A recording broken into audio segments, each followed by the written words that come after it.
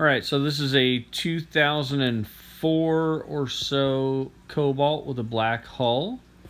And as is typical with black, blue, red, any dark colored fiberglass, basically they get real oxidized. And even though this hull appears to be reflective in the video, I had done a test over this area with my orbital prior to doing what I'm doing here to see if just putting some wax with an orbital would work, and it wouldn't.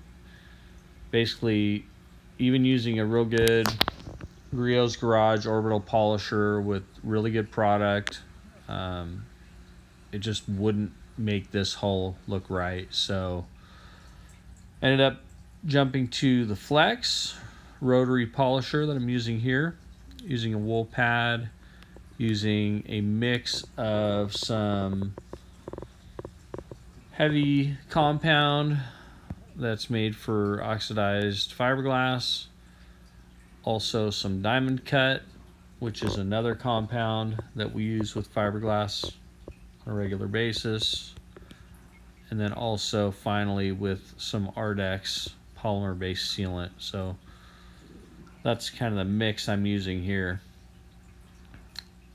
And with that mix, I had to still rotary polish the entire black surface and the white as well. And then I finished it off using an orbital polisher, using just the Ardex and diamond cut mix that we typically use on most boats. This boat, again, just a dark color, that black.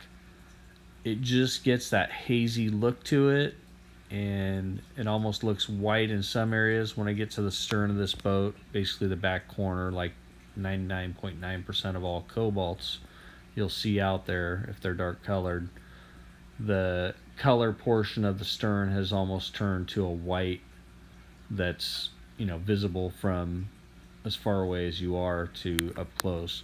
This area that I'm doing here, sitting right next to it up close where I was at, it looked almost white, but it was to the point where you had to be right up on it to really see that it was moderately oxidized and turning white.